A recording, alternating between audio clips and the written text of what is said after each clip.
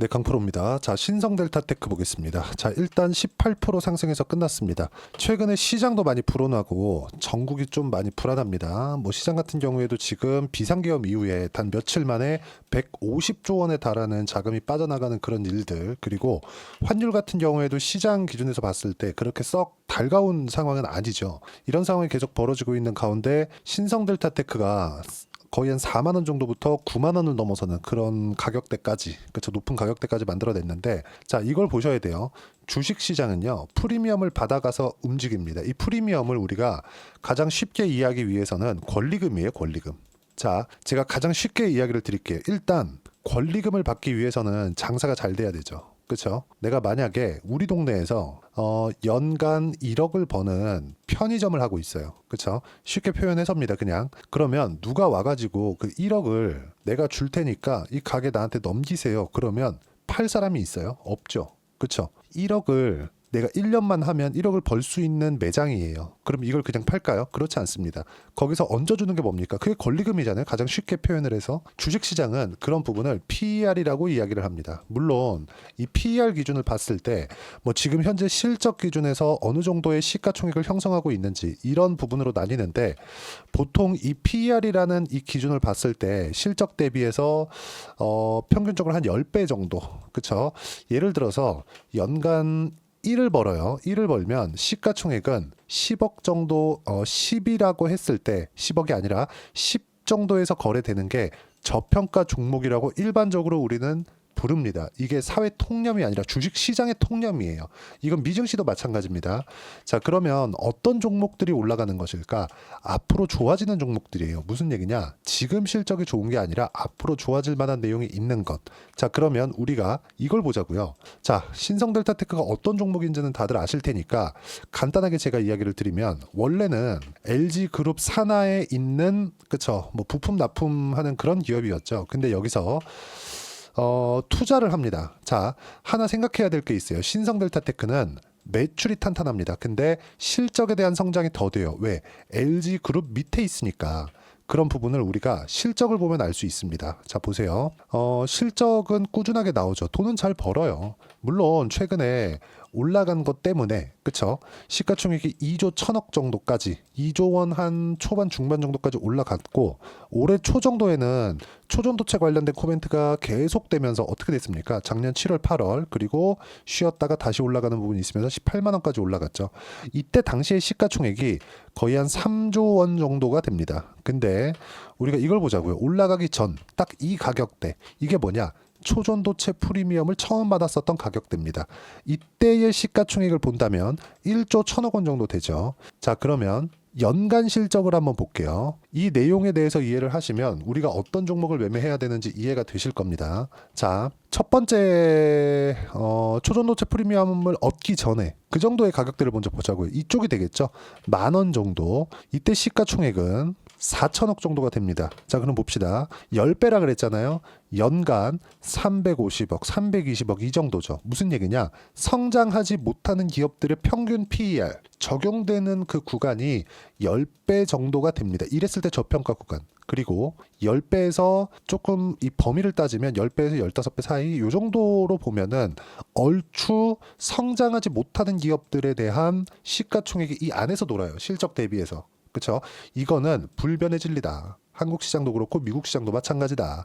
자, 그럼 여기서 우리가 이걸 보자고요. 주가가 올라갔죠. 왜 그럴까요? 초전도체 때문이다. 그렇죠? 근데 초전도체가 아직 상용화에 이른 것은 아니다. 만약에 상용화를 한다면 엄청난 일이 되겠죠. 근데 우리가 상용화가 될 거야, 이걸 추측하는 거 말고, 그렇죠?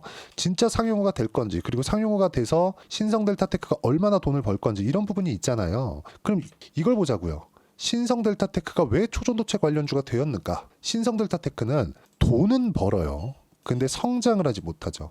근데 돈은 꾸준히 번단 말이죠. 그럼 쌓이겠죠. 근데 쌓이는 건 성장이 아닙니다. 왜? 투자를 해서 회사 규모를 키울 수 있는, 그러니까 꾸준하게 내가 돈을 벌어가면서 규모가 커질 수도 있겠지만, 뭐 새로운 사업부를 늘려서 완벽하게 그 점프할 수 있는, 예를 들어서 그런 거죠. 하이닉스가 돈은 벌죠. 근데 사이클에 따라서 적자를 보는 구간도 있습니다. 그러면 그 사이클이 길어지는 구간이 아니라 때가 되면 사이클이 와요. 왜? PC에 대한 교체 수요가 있을 테니까. 그 교체 수요가 있을 때마다 메모리에 대한 수요가 늘어나는 부분이 있었는데 여기서 한 번 점프하게 되는 계기가 있었어요. 그게 뭐예요? AI 시대가 왔기 때문이죠. AI 시대에 뭐가 필요했죠? HBM이 필요한 거죠. HBM이 필요하면 하이닉스에서 그걸 독점하게 되는 그런 부분들이 있었고 26년, 27년도까지 완판했다는 그런 부분도 있고요. 그리고 엔비디아에서 조금 시기를 좀 당겨달라고 다음 버전을 그렇게 요청이 들어올 만큼 하이닉스에 대한 사업 영역이 커지고 있어요. 그러면서 하이닉스는 완벽하게 삼성전자를 따라잡는, 그쵸? 오히려 메모리 사업부, 삼성전자의 메모리 사업부에서 내는 이익보다 하이닉스는 전체 메모리 관련된 사업만 하니까 하이닉스의 이익이 늘어납니다. 더 커졌어요. 이번 3분기부터는. 그쵸? 내년에는 삼성전자 전 사업부보다 하이닉스에 대한, 그쵸? 하이닉스가 벌어들이는 돈이 훨씬 더 커질 수도 있다. 이런 얘기가 나올 정도입니다. 그러면서 삼성전자는 주가가 쭉 빠졌고 하이닉스는 더 많이 올랐는데 덜 빠졌어요. 이런 시기가 1년, 2년 지속되다 보면 진짜 뒤집힐 수 있습니다. 제가 이렇게 이야기를 드리는 이유가 뭐냐? 성장하는 곳에는 프리미엄이 붙어서 거래가 된다. 근데 그게 아직 실현이 안 된 상태에서 프리미엄이 붙는 거다. 그리고 나서 이 가격대, 뭐 18만 원, 10만 원 이 가격대를 유지하기 위해서는, 그쵸? 실적 확인 과정을 거쳐야 됩니다. 근데 지금 올라가는 그 시작점을 보자고요. 언제입니까? 첫 번째 초전도체 관련된 내용이 나왔을 때는 7월과 8월이에요. 23년도. 그러면서 얼마까지 상승했죠? 12,000원부터 얼마입니까? 여기 5만 원까지. 한 3배에서 뭐 한 4배 조금 안 되게 요 정도까지 상승을 한 거죠. 한 3, 4배 정도 상승했다고 칩시다. 그러면 이미 3, 4배 정도의 프리미엄을 받은 거예요. 여기까지 가면서 뭘 만들어? 신고가 만든다. 그럼 우리가 거래할 때 어디서 해야 돼요? 이쪽 구간 아니면 이쪽 구간. 여기는 버리는 겁니다. 무슨 얘기냐? 여기는 앞으로 초전도체가 상용화되었을 때 여기까지는 기대감이고요.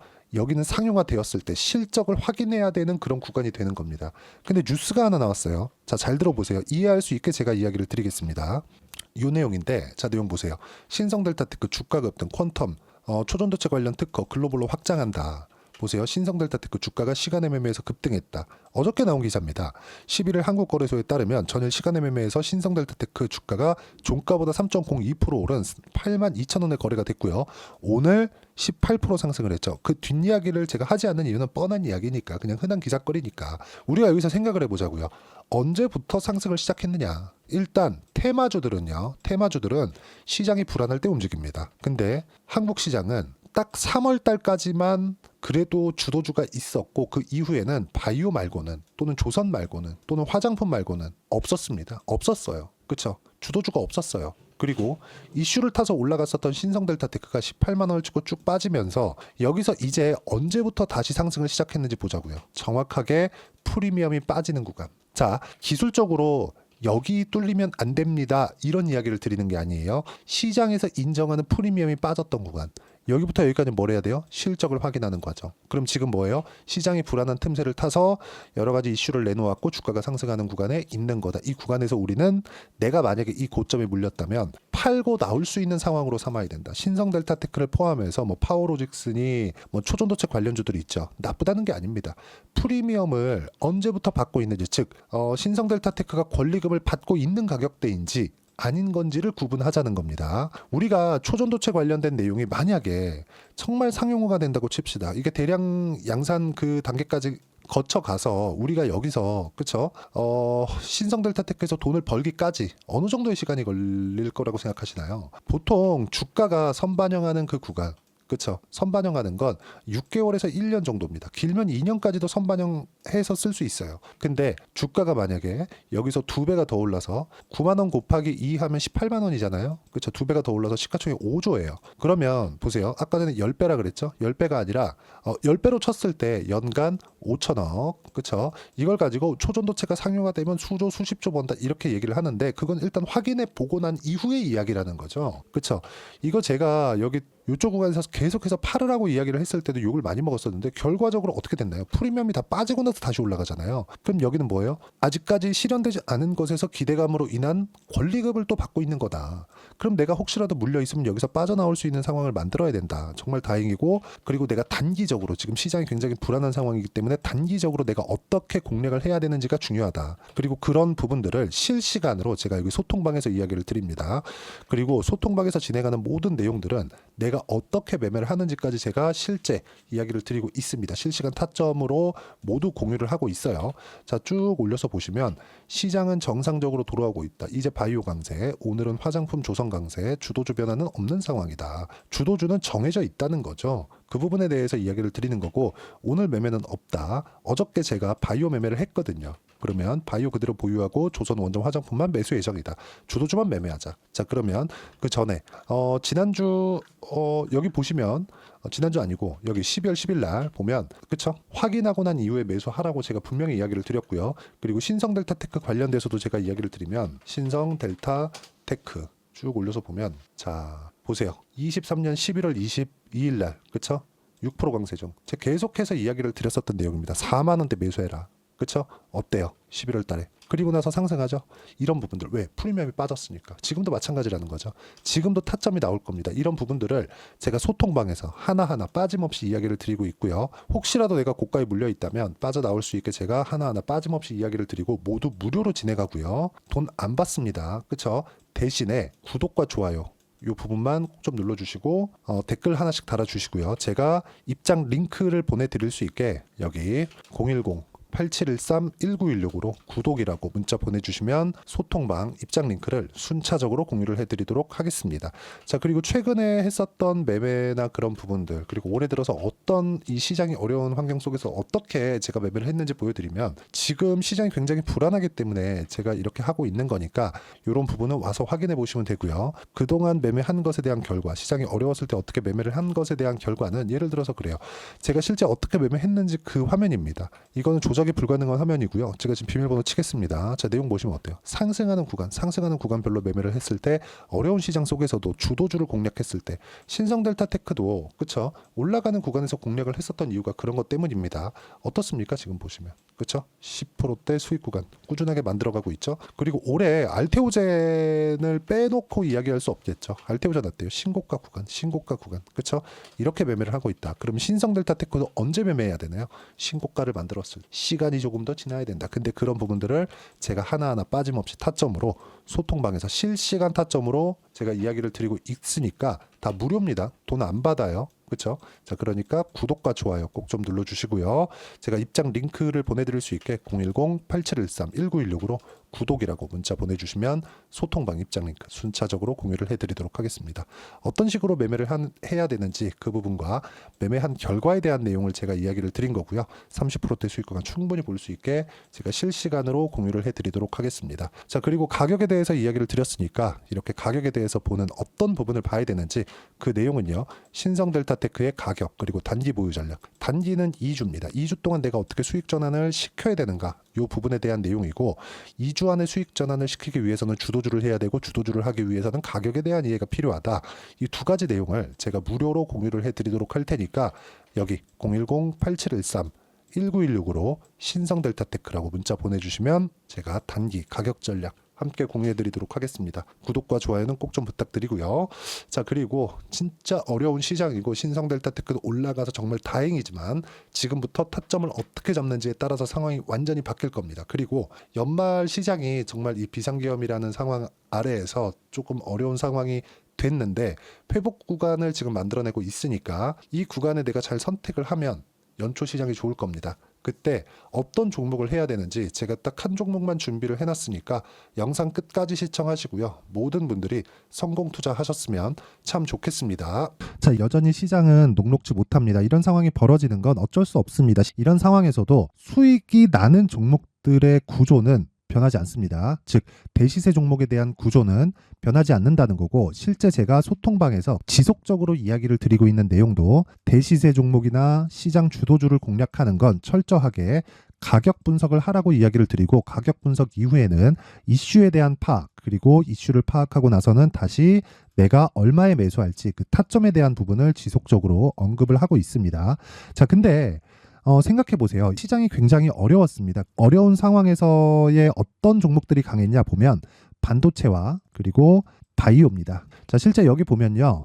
HLB에 제가 실제 매매한 내용을 띄워놓고 보여드리고 있는데 1월 22일부터 매매를 시작해서 4일 동안 31%의 수익 마감이 됐고요. 그리고 여전히 신고가 종목입니다. 자, 그리고 그 다음 어보브 반도체, 이름을 보시다시피 반도체 종목이죠. 그리고 AI 반도체는 지속적으로 강세를 보이고 있습니다. 이 종목도 신고가를 먼저 달성한 이후에 제가 21%의 단기간에 21%의 큰 수익을 내고 마감이 됐습니다. 다시 재공략을 준비하고 있고 이런 부분은 소통방에서 다 공유를 해드립니다. 자, 그리고 코세스, 자, 코세스 같은 종목도 당연히 그쵸, 신고가 종목이고요. 그리고 반도체 종목입니다. 이 종목도 영업일 기준에서 이틀 동안 대략 한 15%의 수익 마감이 됐습니다. 내용을 한번 보시면 어떻습니까? HLB를 포함해서 뭐 30%, 20%, 뭐 15% 이런 식의 수익이 지속적으로 발생하고 있는데 이 세 종목 모두 다 신고가 종목이고 1월 달에 시장이 약세를 보이고 있는 구간에서도 강했었던 그런 종목입니다. 특징점이 하나 있는데 그 이슈에 앞서서 가격이 먼저 반영했다는 거죠. 그렇게 제가 가격을 먼저 보고 이슈에 대해서 파악하는 이유는 결과적으로는 큰 시세를 먹기 위한 사전 준비 작업입니다. 실제로 큰 시세를 먹기 위해서 사전 준비 작업을 했을 때 여기 레인보우 로보틱스 127% 그리고 ISC 98% 그리고 한미반도체 97%의 큰 수익을 내는 상황을 만들 수 있습니다. 어떤 식으로 소통방에서 진행됐는지 그쵸, 그 상황을 제가 이야기를 드린 건데 이런 상황도요 당연히 신고가를 공략했을 때 가능한 겁니다. 자, 그러면 이번에도 마찬가지입니다. 그쵸, 정부 주도의 코리아 디스카운트 해소 방안이 2월 달에 발표를 하고요. 그리고 2월 달에 발표된 내용을 토대로 주가가 움직이는 게 아니라 이미 움직인 내용이 있죠. 실제 이 내용은 크게 중요한 게 아니라는 겁니다. 실제 움직인 내용을 보면 자, 기아차입니다. 실제로 12월 달에 신고가를 만들어 놓고 정부에서 입김을 불어 넣으니까 순식간에 기아차를 포함해서 현대차 같은 거대 기업들의 주가가 2주도 채 되지 않아서 40% 정도의 큰 시세를 냅니다. 자, 그러면 우리는 어떤 종목을 봐야 될까요? 이슈를 파악해야 되는 것도 맞지만 철저하게 가격에 맞춰서 매매를 해야 되는 게 당연히 중요합니다. 정부가 주도하는 정책 방향이 있겠죠. 그 방향에 맞춰서 우리가 종목을 찾을 필요가 있다. 자, 그럼 답이 나왔습니다. 정부가 주도하는 방향에 맞춰서 제2의 기아차를 찾는 게 지금은 중요하다. 근데 정부 정책의 방향에 맞게 가자. 그랬을 때 앞서서 제가 보여드렸었던 내용인 여기 레인보우 로보틱스 127% 그리고 ISC 98% 그리고 한미반도체 97%와 같은 수익을 낼 수 있습니다. 물론 시간에 대한 부분은 최소 2주의 시간이 필요하고요. 그리고 최장 3개월 안에 끝내야 됩니다. 자, 기아차의 시세를 보셨던 것과 같이 2월 달에 정부 정책의 방향이 결정되고요. 바로 3월 달이면 시행입니다. 자, 그러면 우리는 거기에 맞춰서 당연히 종목을 찾아야 되고 제가 제2의 기아차를 찾아놨습니다. 제가 아까 전에 소통방에서 이야기를 드렸었던 내용 다 공개를 해드렸는데 그 내용처럼 종목만 받고 싶다 하시는 분들은요. 상단에 있는 제 전화번호로 대시세, 자, 대시세라고 문자를 보내주시면 정부 정책의 방향에 맞는 종목을 모든 분들에게 무료로 공개를 해드리도록 하겠습니다. 자, 제가 원하는 건 채널 성장이 목적입니다. 자, 그래서 구독과 좋아요 꼭 좀 부탁드리고요. 모든 분들이 정부 정책에 맞는 방향으로 매매를 이어가서 큰 수익 보셨으면 좋겠습니다.